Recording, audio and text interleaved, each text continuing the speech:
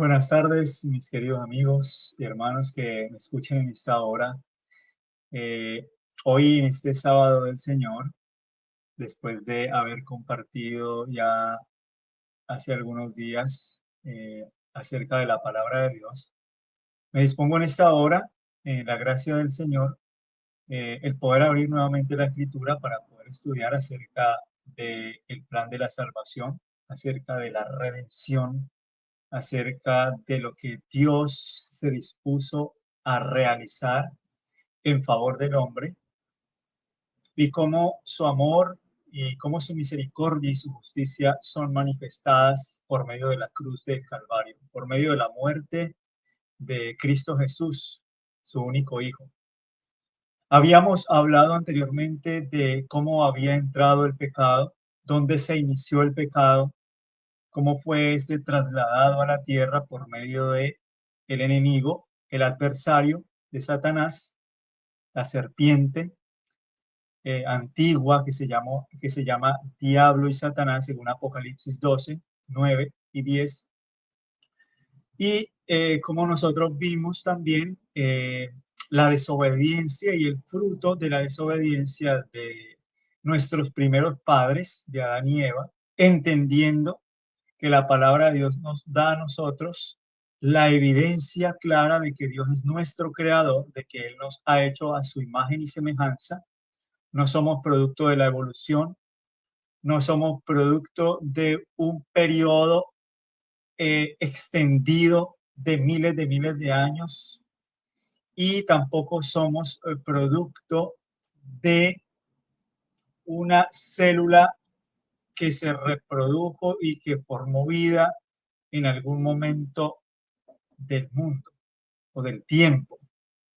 Así que esto es indispensable entenderlo a la luz de lo que la palabra de Dios nos muestra y es evidente de que la creación da evidencia de que existe un Dios todopoderoso. No puede existir una creación tan perfecta, una naturaleza tan maravillosa, a pesar de que el pecado ha distorsionado, a pesar de que el pecado ha quitado de la vista del ser humano la perfección que el Señor dio a esta en el inicio de su creación, ya que, como vamos a ver en un estudio más adelante, por la gracia de Dios, vamos a ver cómo Dios, por medio de un diluvio, pues tuvo que terminar con los moradores de la tierra, puesto que sus corazones, sus pensamientos eran de continuo al mal. Y Dios manifestó su misericordia terminando con el pecado y los pecadores de una manera que pudiésemos nosotros entender cómo el pecado va a ser erradicado al final de los días, al final del tiempo, en estos últimos días en los que vivimos, donde vemos un escenario profético cumpliéndose, donde estamos viendo por causa de la rebelión del enemigo, las consecuencias del pecado, eh, los juicios que caen sobre la tierra como un medio para llamar la atención de los hombres eh, al Dios Todopoderoso, el único que los puede sustentar y cuidar, puesto que la muerte es apenas un sueño, de acuerdo a lo que la Biblia enseña. No somos un cuerpo divisible, no somos una entidad que se compone por un alma y un cuerpo. Estos son temas que también es necesario compartirlos y hablarlos porque existe una interpretación errónea de lo que la palabra enseña con respecto a lo que es el alma, como dando a entender de que el alma es algo que nosotros tenemos dentro y que ésta se desprende para habitar lugares que en este momento pues tal vez nosotros no podemos evitar, es decir, la inmortalidad del alma que Satanás enseñó a los primeros padres diciéndoles que no morirían, si comían del árbol del conocimiento del bien y del mal. Entonces, ese no morir implicaba de que ellos podían ser como Dios, de que no iban a morir si transgredían la ley de Dios. Y la advertencia muy clara que da la palabra es que el pecado es transgresión de la ley y que la paga del pecado es muerte. Así que el enemigo de las almas lo que hace creer al ser humano es que a pesar de que transgredamos la ley de Dios y no obedezcamos su palabra, pues vamos a vivir eternamente cuando cesen nuestros días, sin entender de que la palabra de Dios enseña de que hemos de ser resucitados unos para vida eterna y otros para muerte y confusión perpetua. De manera que para que esto se cumpla, era necesario que el Señor pudiese redimir a la raza humana, pudiese salvarla de la condenación del pecado, para que por medio de esa redención el ser humano pudiese ser devuelto a la imagen de Dios, pudiese ser restaurado a la imagen de Dios, puesto que el pecado había distorsionado totalmente el carácter del ser humano. Lo había degradado lo ha degradado de tal manera que el ser humano realmente no puede, sin la ayuda del Espíritu Santo, comprender las cosas espirituales, porque para la mente carnal o para el hombre natural, las cosas espirituales son locura. La cruz de Cristo para el hombre es locura, mientras que el apóstol Pablo dice que no se avergüenza del evangelio porque es poder de salvación para todo aquel que cree, al judío primeramente, también al griego, es decir, al pueblo de Dios, pero también al gentil. No solamente los judíos eran una raza especial, sino que ahora por medio del evangelio y por medio de la redención hecha por Cristo, el evangelio debía de llegar a los gentiles y ya los judíos no serían más un pueblo especial. Y para eso, pues nosotros vamos a poder leer un poco acerca de lo que es la redención, cómo se manifestó en el Edén y cuál fue la promesa que Dios dio a la humanidad. Así que en el nombre del Señor vamos a orar para que podamos comprender la palabra de Dios. Oramos. Amoroso Padre Celestial, gracias Señor por darnos esta oportunidad de abrir una vez más la palabra de Dios, tus santas escrituras, y por medio de ellas, Señor, comprender el plan de la redención. Gracias porque es en el nombre de Jesús que podemos acercarnos a ti para pedir, querido Dios, gracia y oportuno socorro, y rogarte la promesa de tu Santo Espíritu, Señor, aquel que prometiste para que fuésemos nosotros guiados al conocimiento de toda verdad y por medio del cual somos convencidos de pecado, de justicia y de juicio. Señor, por favor, acompáñanos en este estudio de la palabra, te lo pedimos en el nombre de Jesús. Amén. Así que, mis queridos amigos y hermanos, para poder desarrollar el tema en este tiempo, que no creo vaya a ser muy largo, vamos a ir a Génesis capítulo 3. Y en el libro de Génesis, en el capítulo 3, nosotros vamos a ver, a evidenciar lo que la escritura nos muestra respecto de la caída de Adán o respecto de las consecuencias de la caída de Adán, lo que ocurrió después de esta desobediencia, de haber no escuchado la palabra de Dios o haber rechazado la palabra de Dios y más bien escuchar las palabras de Satanás, y entonces eh, viendo la consecuencia de esto. Cuando eh, el verso 6 de Génesis 3 nos dice lo siguiente: y vio la mujer que el árbol era bueno para comer y que era agradable a los ojos y árbol codiciable para alcanzar la sabiduría. Y tomó de su fruto y comió. Y dio también a su marido, el cual comió así como ella. Así que lo que hace Eva es primeramente ver ver que el árbol era bueno, que el fruto del árbol era bueno para comer y era agradable a sus ojos. Y eso tiene que ver directamente con nuestros sentidos, cómo el enemigo puede persuadirnos por medio de nuestros sentidos para llevarnos a pecar, para llevarnos a transgredir la ley de Dios. De manera que la importancia radica en que las personas, nosotros los seres humanos, debemos de estar atentos a lo que vemos, a lo que sentimos, a lo que escuchamos, a lo que contemplamos, a lo que cogemos, a lo que palpamos. Esta es una evidencia clara de que la debilidad del hombre radica en sus sentidos. Por eso nosotros no debemos confiar en nuestros sentidos, sino confiar en un así dice Jehová. La palabra de Dios es más segura y eso es evidente en estos textos.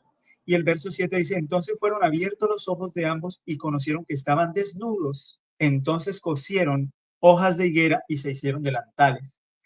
Y esto es sumamente importante, ya que al ver ellos su desnudez, lo que ellos están viendo más bien es esa parte que había quedado desprovista de el poder de Dios y de eso que el Señor les había dado para que pudiesen apercibirse de las cosas espirituales.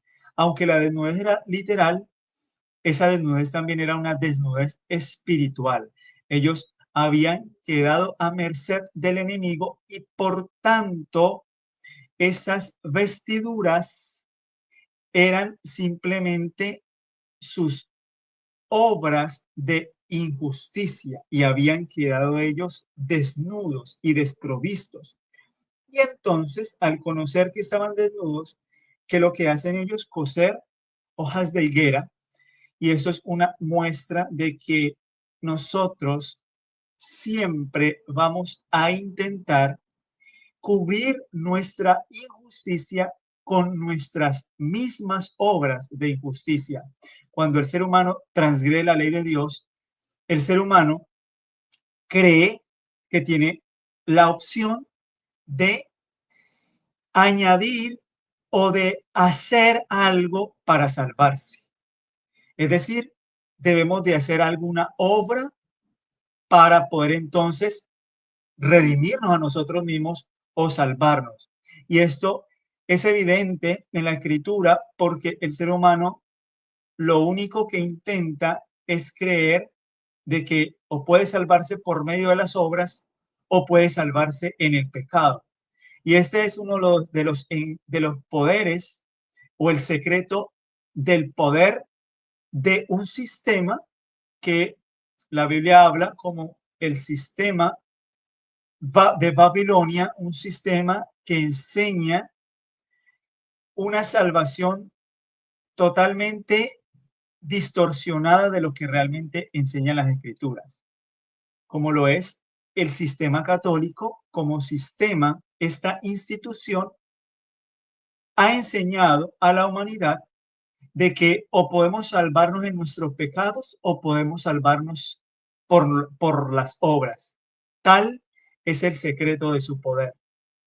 Entre tanto, la Biblia enseña de que nosotros no nos salvamos ni en nuestros pecados ni por nuestras obras. Y eso fue evidente aquí en este contexto que estamos leyendo. Mas Jehová Dios llamó al hombre y le dijo, ¿dónde estás tú? El versículo 9 del capítulo 3.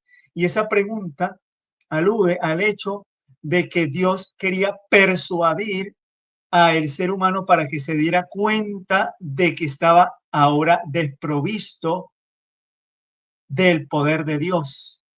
No es que Dios no supiera dónde estuviesen, sino que Dios quería despertar sus conciencias para que se dieran cuenta de la pecaminosidad del pecado, de la maldad y la perversidad que hay en el hombre al transgredir la ley de Dios, que lo único que quiere es esconderse del Dios vivo. Sin embargo, Dios en su misericordia nos busca. Dios siempre está deseando persuadirnos. Dios siempre se acerca a nosotros. Dios es quien nos busca a nosotros y no nosotros a Él. Nosotros no buscamos a Dios, puesto que nuestro corazón es malo y perverso, pero Dios sí nos busca a nosotros porque Dios es tardo para la ira, grande misericordia y verdad. Por eso Dios ha dado a su Hijo.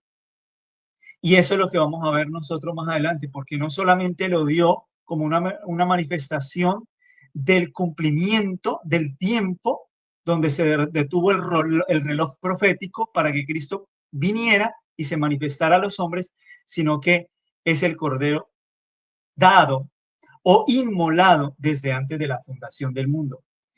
Por eso el Señor sigue diciendo en el verso 10, y él respondió, oí tu voz en el huerto. ¿Quién respondió? Bueno, el hombre cuando el Señor le dijo, ¿dónde estás tú? Y respondió, oí tu voz en el huerto y tuve miedo porque estaba desnudo y me escondí.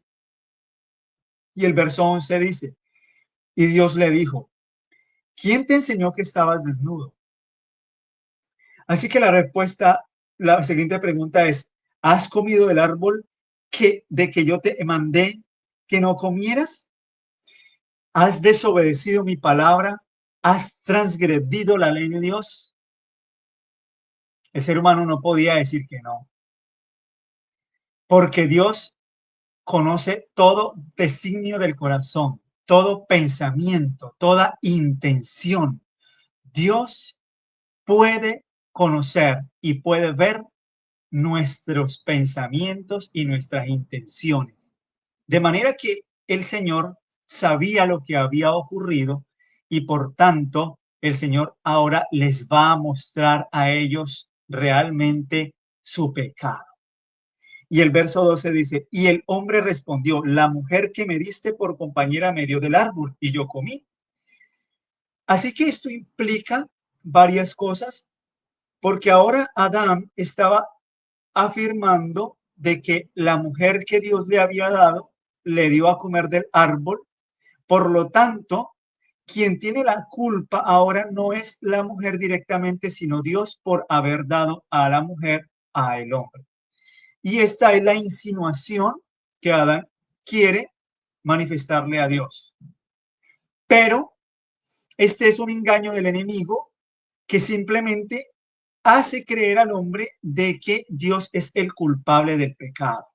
Y Dios en nada es el culpable del pecado, porque Dios simplemente mandó de que no comieran y quien desobedeció fue el hombre, habiendo escuchado la palabra de quién, de el enemigo por medio de un medium como fue la serpiente.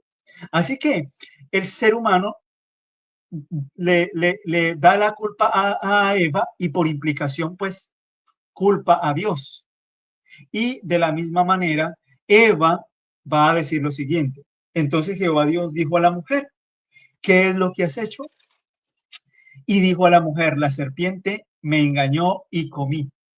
Así que ahora la mujer va a decir de que la serpiente la había engañado y entonces comió. Por implicación, quien creó la serpiente había sido Dios, ahora Dios entonces era quien tenía la culpa de la transgresión de la ley. Y esto entonces tiene una realmente un problema bien grande porque si esto es así, entonces Dios sería un mentiroso tratando de buscar a Adán y a Eva, persuadiéndolos para que se dieran cuenta de su pecado. Y así es como el enemigo de las almas actúa, haciéndole creer al hombre que Dios es el culpable de haber dado una ley, de haber dado los mandamientos para que nosotros nos sometamos a su gobierno, porque Dios es un Dios orgulloso, un Dios egoísta, que lo único que quiere es que nosotros le obedezcamos y nos sometamos a su poder. Sin embargo, esto es evidente en el sentido, esto no es evidente en el sentido de que ellos vieron su desnudez y vieron su consecuencia. Y por lo tanto, ahora ellos querían vestirse con hojas de higuera. Así que la consecuencia del pecado realmente es simplemente un, una demostración de que la ley de Dios es inmutable, de que la ley de Dios es perfecta, es santa, es justa y es buena. Y el verso 14 dice, y Jehová Dios dijo a la serpiente, por cuanto esto hiciste, maldita serás entre todas las bestias y entre todos los animales del campo, sobre tu pecho andarás y polvo comerás todos los días de tu vida. Así que aquí hay una maldición para la serpiente. Desde ese mismo momento ahora se arrastraría por el polvo, lo que indica que la serpiente sí era un animal que podía desplazarse por los aires volando, era un animal alado, porque de ahora en adelante se iba a arrastrar por el polvo. Esa fue la maldición y ahora la serpiente iba a ser hollada, iba a ser detestada por el hombre como un animal repugnante. Y viene entonces ahora la la segunda intervención de Dios, que es la promesa. Y aquí es donde nosotros nos vamos a centrar. Y el verso 15 dice, y pondré enemistad, Génesis 3:15, entre ti y la mujer, es decir, una enemistad entre la serpiente, entre Satanás y la mujer, que es la iglesia, y entre tu simiente y la simiente suya, es decir, entre la simiente de esta descendencia malvada, que sería la descendencia de Satanás, y la simiente, es decir, esa descendencia del pueblo de Dios, de su iglesia, de sus verdaderos adoradores. Esta te herirá en la cabeza y tú le herirás en el calcañar. En otras palabras, como dice Gálatas capítulo 3, esa simiente era Cristo. Por lo tanto, quien iba a poner la herida a la cabeza era Cristo. Cristo vendría a aplastar la cabeza de la serpiente, sin embargo, Cristo recibiría una herida mortal o una herida que manifestaría que realmente el enemigo había batallado con el Señor cuando, queriendo acabar con su vida, finalmente fue crucificado en la cruz del Calvario. Para la gloria y la honra de Dios, nuestro Salvador resucitó y Satanás fue echado fuera. Y ahora ha venido el juicio de este mundo. Así que, por lo tanto, las escrituras nos muestran a nosotros la promesa de Dios para la redención de la humanidad.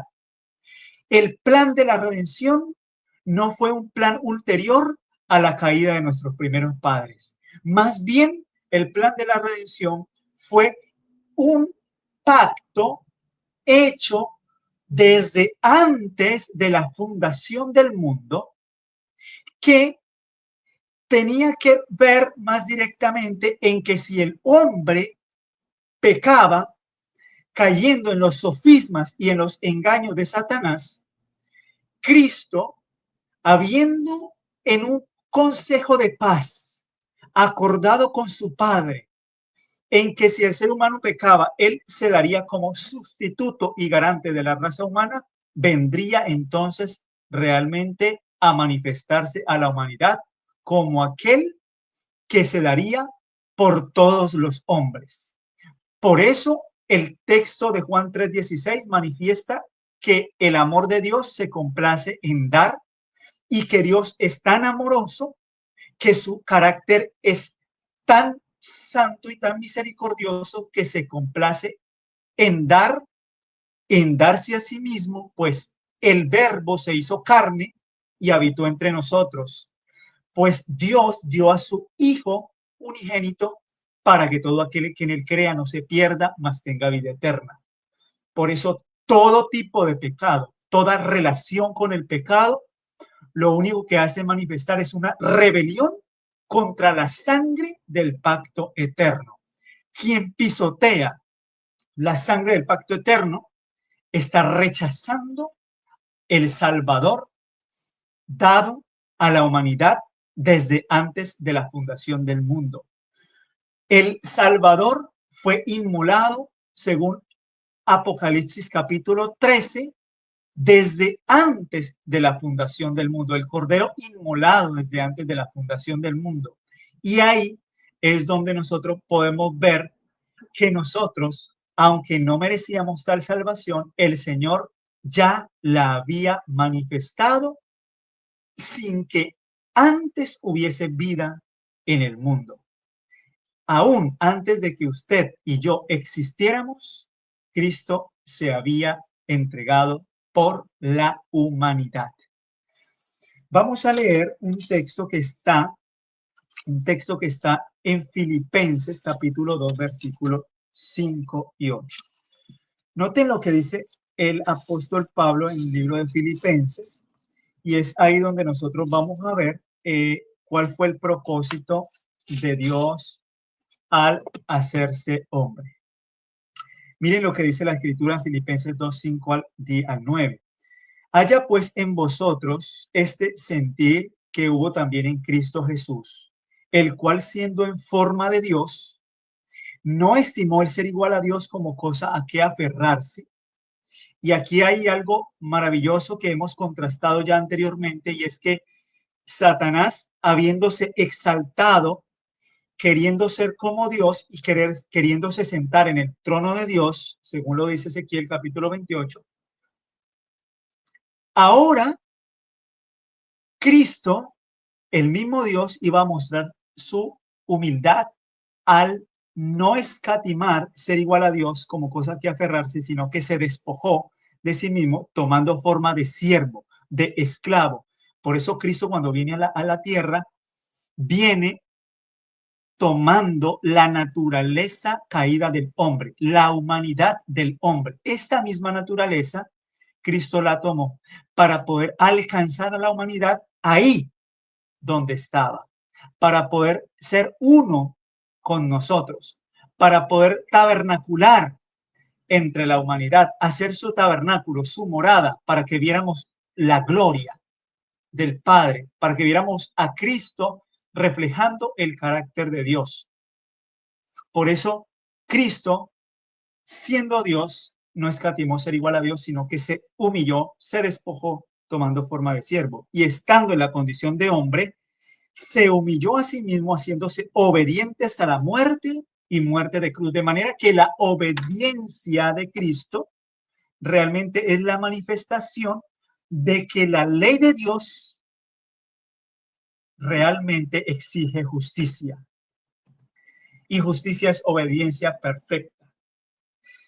Yo quiero leer en el deseado de todas las gentes, en el capítulo de este maravilloso libro, donde se nos habla a nosotros algo maravilloso que tiene que ver con el título Consumado es. Es un libro que recomiendo leer para que podamos comprender el plan de la redención.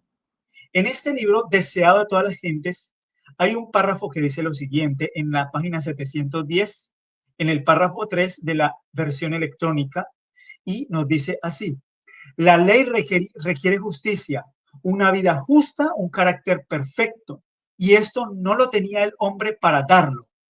No puede satisfacer los requerimientos de la santa ley de Dios, pero Cristo, viniendo a la tierra como hombre, vivió una vida santa y desarrolló un carácter perfecto. Ofrece estos como don gratuito a todos los que quieran recibirlos. Su vida reemplaza la vida de los hombres. ¿En qué sentido su vida reemplaza la vida de los hombres? Noten, así tienen remisión de los pecados pasados por la paciencia de Dios. Más que esto, Cristo imparte a los hombres atributos de Dios. Edifica el carácter humano a la semejanza del carácter divino y produce una hermosa obra espiritualmente fuerte y bella. Así, la misma justicia de la ley se cumple en el que cree en Cristo. Dios puede ser justo y el que justifica al que es de la fe de Jesús. De manera que Dios, habiéndose hecho hombre, manifestó obediencia en su humanidad, puesto que la ley de Dios requiere justicia. Pero lo maravilloso de esto es que el Señor, habiendo vivido una vida santa, Cristo, habiendo vivido una vida santa y desarrollado un carácter perfecto, Él ofrece estos como un don gratuito. Es un don, es una dádiva. El plan de la redención no consiste solamente en comprender que Cristo murió en la cruz para redimirnos de la condenación del pecado, sino que ahora Cristo nos va a dar eso como un don, como una dádiva, un regalo para la humanidad. Usted y yo podemos recibir ese don si por la fe nos allegamos a Él, y entonces el Señor, habiendo manifestado su gracia, puede impartirnos su justicia. Y entonces Dios puede ser justo y el que justifica al que es de la fe de Jesús. Que el Señor les bendiga. Podamos en otra oportunidad seguir ampliando más el plan de la redención y poder comprender realmente cuál es el propósito del Evangelio y cuán grande es la maravillosa obra de exaltar a Cristo y su justicia. Que el Señor les bendiga.